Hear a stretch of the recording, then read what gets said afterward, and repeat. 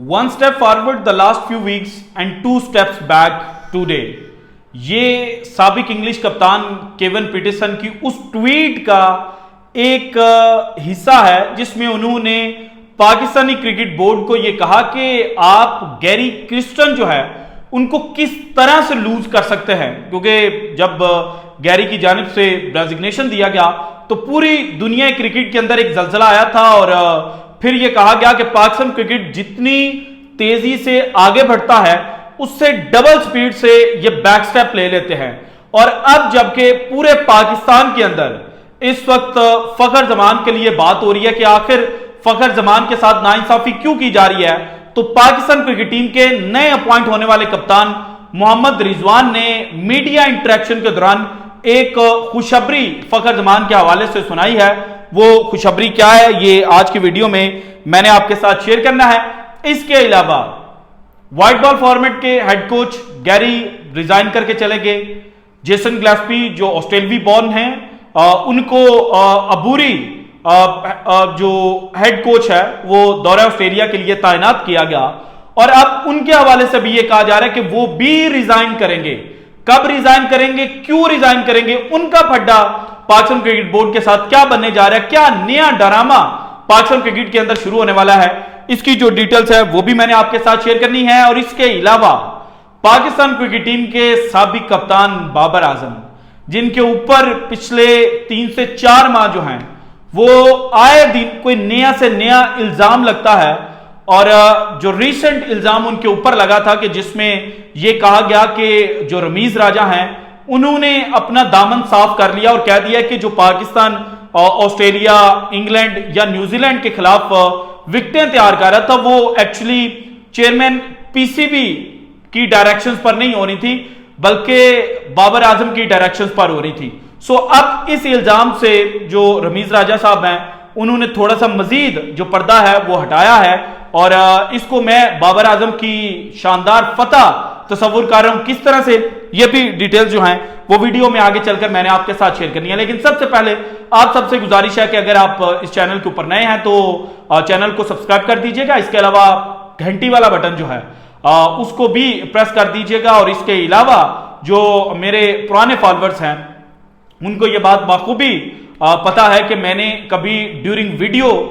किसी भी फॉलोअर को या सब्सक्राइबर को वीडियो लाइक, शेयर या जो चैनल है वो सब्सक्राइब करने का नहीं बोला था, बल्कि at the end of the video जब मैं सारे टॉपिक्स डिस्कस कर लेता था तो उस वक्त मैं कहा करता था कि आपको अगर वीडियो पसंद है तो लाइक कर दीजिएगा। लेकिन अब रिसेंट टाइम्स के अंदर ये चीज सामने आई है कि मेरा चैनल जो है वो शैडो बैन हो चुका है। सो आप सबकी सपोर्ट की मुझे बहुत ज्यादा जरूरत है। सो इसलिए अगर आपने अभी तक इस चैनल को सब्सक्राइब नहीं किया तो कर दीजिएगा। इसके अलावा इस वीडियो को लाइक और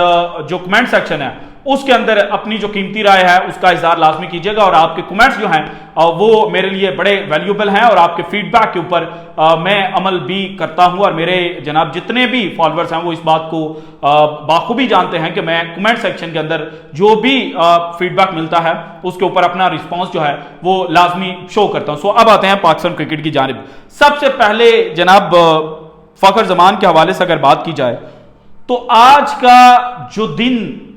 जैसे ही शुरू हुआ तो फखर जमान की जो ट्वीट थी जो बाबर आजम के हक में उन्होंने की थी उस ट्वीट के साथ, उस ट्वीट की खबरों के साथ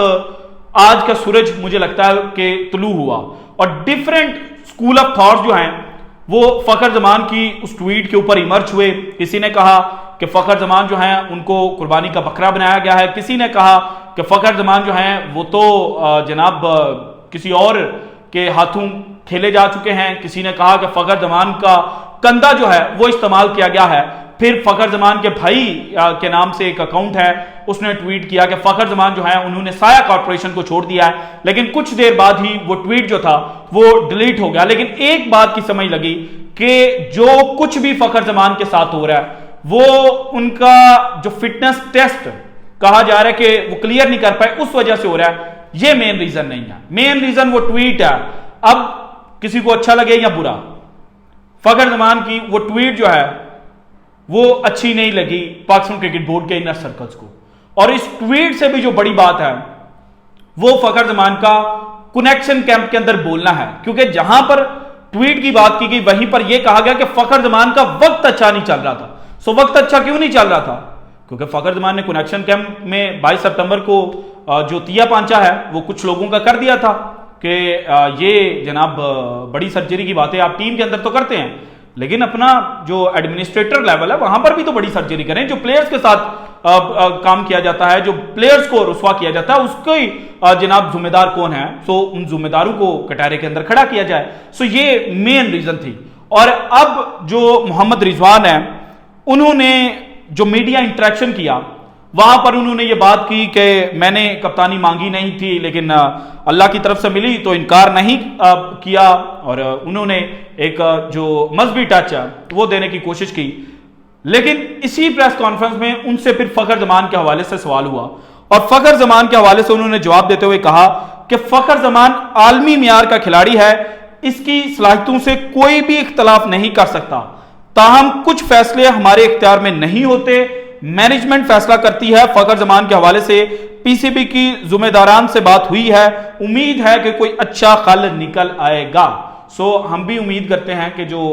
मोहम्मद रिजवान ने फखर जमान के हवाले से कहा कि कोई अच्छा हल जो है वो निकल आएगा, सो अच्छा हल निकलना चाहिए, क्योंकि फखर जमान पाकिस्तान क्रिकेट की राइट नाउ जरूरत है। और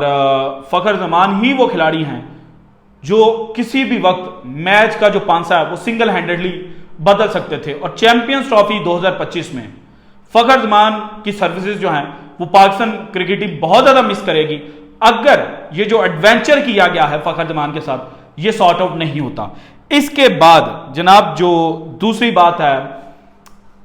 बाबर आजम के हवाले से, मैं जेसन ग्लैक्सबी के ऊपर आता हूं, लेकिन उससे पहले बाबर आजम के ऊपर यारी दोस्ती का इल्जाम लगता रहा, और फिर जो रमीज राजा साहब की स्टेटमेंट सामने आ गई, पूरे मीडिया के ऊपर चल गई कि पाकिस्तान जो हारा है वो बाबर आजम की स्टैट पैडिंग की वजह से हारा। बाबर आजम ने पाटा विकेटें जो हैं वो तैयार करने का कहा, और ये दरअसल रमीज राजा का कसूर नहीं था। लेकिन अब रमीज राजा साहब जो हैं उन्होंने एक पॉडकास्ट के अंदर ये बात की है कि ये किस तरह से हो सकता है कि 2 साल बाद मैं आऊं और उठकर बोलूं कि जो कुछ भी हुआ है पाकिस्तान क्रिकेट के अंदर जब मैं चेयरमैन था तो वो मेरी वजह से नहीं बल्कि बाबर आजम की वजह से हुआ है। और फिर मैंने उनकी जो प्रीवियस स्टेटमेंट है उसको भी जाकर सुना, उसमें कुछ चीजें ऐसी थी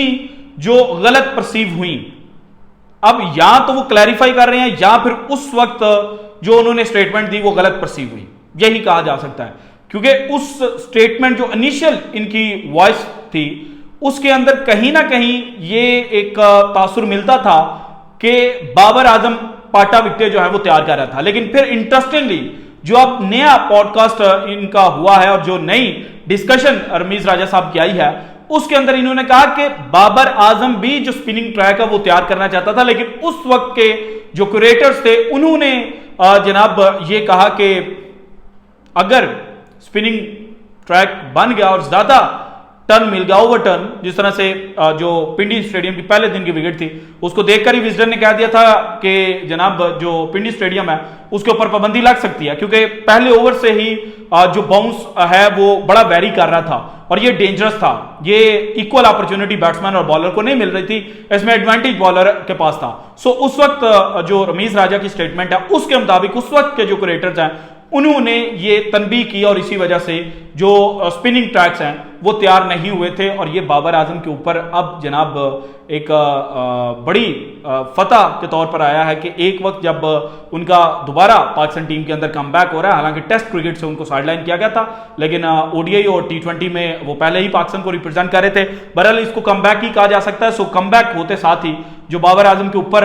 जनाब पाकिस्तान क्रिकेट को तबाह करने का इल्जाम लग रहा था वो अब धुल चुका है, और धुलाने वाला खुद जनाब वो शख्स है जिसके नाम के साथ ये स्टेटमेंट मंसूब की जा रही थी कि इसने बाबर आजम को मजीद जो दलदल है उसके अंदर धक्का दे दिया। अब आते हैं जनाब जेसन ग्लैस्पी। देखिए जब जेसन ग्लैस्पी और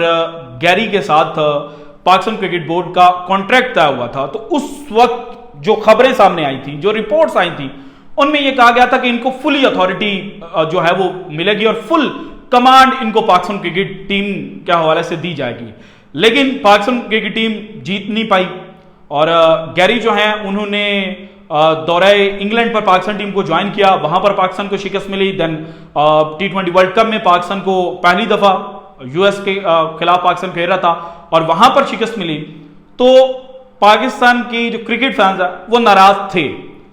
फिर पाकिस्तान को बांग्लादेश के खिलाफ 2 टेस्ट मैचेस के अंदर शिकस्त मिली, फिर इंग्लैंड ने पहले मैच के अंदर धुलाई कर दी। सो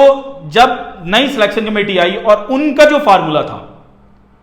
उस फार्मूले पर अमल हुआ तो पाकिस्तान को जीत मिली। तो फिर चूंकि अवाम ने कहा कि ये तो आकिब पाल जो है उसने पाकिस्तान को जीत की राह पर गामजन कर दिया, तो सबने कहा कि आकिब जावेद जो हैं वो मास्टरमाइंड है। सो पाकिस्तान क्रिकेट बोर्ड जो है उन्होंने भी आकिब जावेद के सामने सर तस्लीम खम कर लिया और पहला काम जो सिलेक्शन कमेटी ने किया, उन्होंने कहा कि कप्तान और हेड कोच जो है जरा उनको तो निकाला जाए। और गैरी इस बात के ऊपर नाराज हो गए और फिर ब्लैकमेलिंग या जो कुछ भी हुआ वो Pakistan cricket board versus Gary चला। उसमें फिर गैरी जो है वो अल्टीमेटली रिजाइन करने पर मजबूर हुए। और इसी दौरानिए में जेसन गिलेस्पी का भी एक इंटरव्यू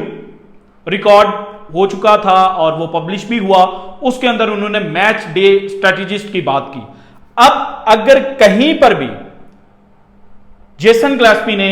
पाकिस्तान क्रिकेट बोर्ड को आंखें दिखाने की कोशिश की या जो गैरी का जनाब एक रास्ता था उसके ऊपर चलने की कोशिश की, तो फिर गैरी के बाद जो जेसन गिलेस्पी हैं वो भी हेड कोच के ओहदे से इस्तीफा देने पर मजबूर हो जाएंगे। और जो दौरे साउथ अफ्रीका है वो की रोल प्ले करेगा कि पाकिस्तान क्रिकेट बोर्ड ने किसको कोच बनाना है, क्योंकि पाकिस्तान क्रिकेट बोर्ड खुद टर्मिनेट कॉन्ट्रैक्ट नहीं करेगा, बल्कि वो चाहेगा कि जो जेसन गिलेस्पी हैं वो भी गैरी की तरह जो अपना कॉन्ट्रैक्ट है वो टर्मिनेट करके चले जाएं, ताकि जो पेनल्टी है वो पाकिस्तान क्रिकेट बोर्ड को ना भुगतनी पड़ी। So this is it from today's episode. अगर आपको वीडियो पसंद है तो लाइक कीजिएगा, ज्यादा से ज्यादा शेयर कीजिएगा, अपनी कीमती राय का इज़हार लाजमी कीजिएगा और अगर आपने अभी तक चैनल को सब्सक्राइब नहीं किया तो कर दें। शुक्रिया।